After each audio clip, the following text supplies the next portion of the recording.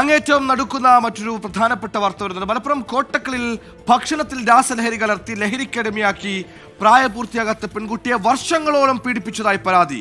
സംഭവത്തിൽ വേങ്ങൂർ ചെറൂർ സ്വദേശി ആലുങ്ങൽ അബ്ദുൽ ഗഫൂറിനെ അറസ്റ്റ് ചെയ്തു. ഇൻസ്റ്റഗ്രാമിലൂടെയാണ് പെൺകുട്ടിയെ ഇയാൾ പരിചയപ്പെട്ടത്. സമീർ ബിൻ കരീം മലപ്പുറത്തും ചെയ്തു. സമീർ, വല്ലാത്ത അങ്ങേയറ്റം നടുക്കുന്ന ഒരു വാർത്തയാണ്.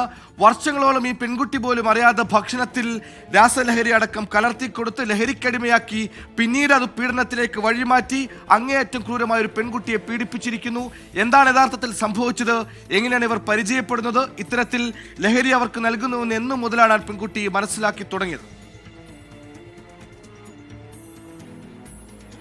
സുഹൈൽ, കോട്ടക്കൽ പോലീസ് സ്റ്റേഷൻ പരിധിയിലാണ് ഞെട്ടിപ്പിക്കുന്ന സംഭവം ഉണ്ടായിരിക്കുന്നത്. പോക്സോ കേസിൽ വേങ്ങര ചെറൂർ സ്വദേശി അബ്ദുൽ ഗഫൂറാണ് അറസ്റ്റിലായത്. 2020 മുതൽ ലഹരിക്കടിമയാക്കിക്കൊണ്ട് പ്രായപൂർത്തിയാവാത്ത പെൺകുട്ടിയെ 5 വർഷത്തോളം ക്രൂരമായി പീഡിപ്പിച്ചു എന്നുള്ളതായിരുന്നു സ്റ്റേഷനിലെത്തിയ പരാതി. ഇതിന്റെ അടിസ്ഥാനത്തിൽ ഈ യുവ പ്രതിയെ കോട്ടക്കൽ SHO വിനോദ് വലയാറ്റിന് നേതൃത്വത്തിലുള്ള സംഘം ഉടൻ തന്നെ അറസ്റ്റ് ചെയ്തു എന്നുള്ളതാണ്. ഇപ്പോൾ ഈ കോട്ടക്കൽ SHO കൂടി നമ്മോടൊപ്പം ചേരും. അദ്ദേഹമാണ് ഈ കേസ് അന്വേഷിച്ച് പ്രതിയെ അതിവേഗത്തിൽ തന്നെ പിടികൂടിയിരിക്കുന്നത്. സർ, എന്താണ് ഇപ്പോൾ ഈ അറസ്റ്റ്?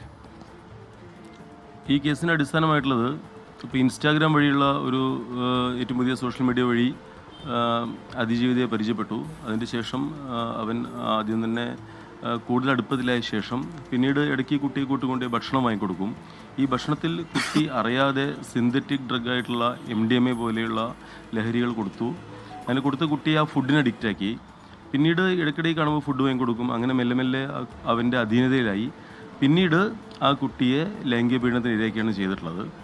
അങ്ങനെ 4-5 വർഷത്തോളം മുന്നോട്ട് പോയ ശേഷം പിന്നീട് കുട്ടിയുടെ സ്വഭാവത്തിൽ വ്യത്യാസം കണ്ടതിനെ തുടർന്ന്, കൂടാതെ കുടുംബക്കാരുടെ വലിയൊരു സപ്പോർട്ടും, ആ കുടുംബക്കാരെല്ലാവരും വിദേശത്തുള്ള ആളുകളെ നാട്ടിലെത്തി ഉപ്പയും എല്ലാം അന്വേഷിച്ച് കുട്ടിയെ കൃത്യമായ ഒരു കൗൺസിലിംഗ് വിധേയമാക്കുകയും മനഃശാസ്ത്ര ചികിത്സയ്ക്ക് വിധേയമാക്കുകയും തുടർന്ന് കുട്ടി ഇത്തരം ഒരു ഡ്രഗിന് അഡിക്റ്റ് ആണെന്ന് അവർ കണ്ടെത്തി.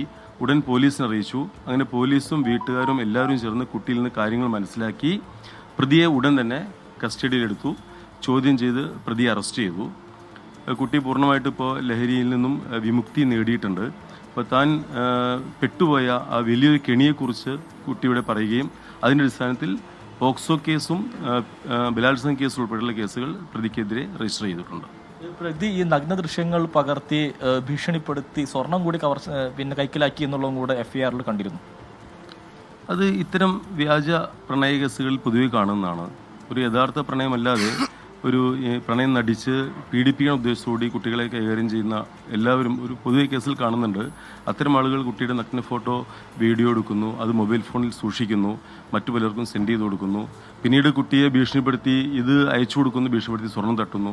ഇത്തരം അടുത്ത് റിപ്പോർട്ടാവുന്ന കേസുകളിലൊക്കെ ഇങ്ങനെ ഒരു ട്രെൻഡ് കാണുന്നുണ്ട്.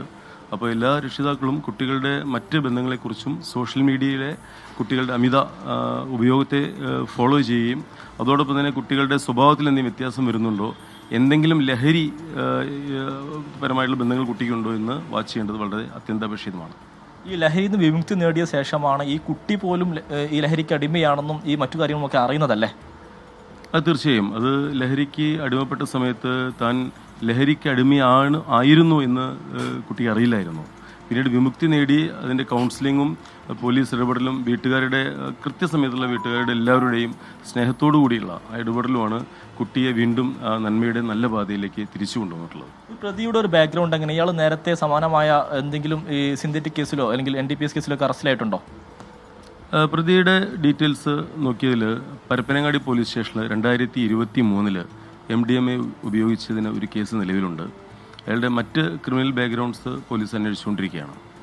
ഏതായാലും ഈ പെൺകുട്ടി നിലവിൽ ആരോഗ്യവതിയാണ്, മറ്റു പ്രശ്നങ്ങളില്ല. പെൺകുട്ടി പോലും അറിയാതെ ലഹരിക്ക് അടിമയാക്കപ്പെട്ടു, പീഡനത്തിനിരയായി എന്നുള്ളതാണ് ഇതിലെ ഞെട്ടിപ്പിക്കുന്ന വസ്തുത. വളരെ കൃത്യമായ ഒരു മുന്നറിയിപ്പ് കൂടിയാണ് ഇപ്പോൾ ഈ കോട്ടക്കൽ SHO പാരന്റ്സിനടക്കം നൽകുന്നത്. സുഹൈൽ, കോളേജുകളിലും സ്കൂളുകളിലും പോകുന്ന നമ്മുടെ പെൺമക്കൾ, നമ്മുടെ കുട്ടികൾ, ഇവരെല്ലാം എത്രത്തോളം ജാഗ്രത പുലർത്തണമെന്ന് വീണ്ടും വീണ്ടും നമ്മൾ ഉണർത്തുന്ന, ഓർമ്മപ്പെടുത്തുന്ന വാർത്തകളാണ് ദിനം പ്രതി വന്നുകൊണ്ടിരിക്കുന്നത്.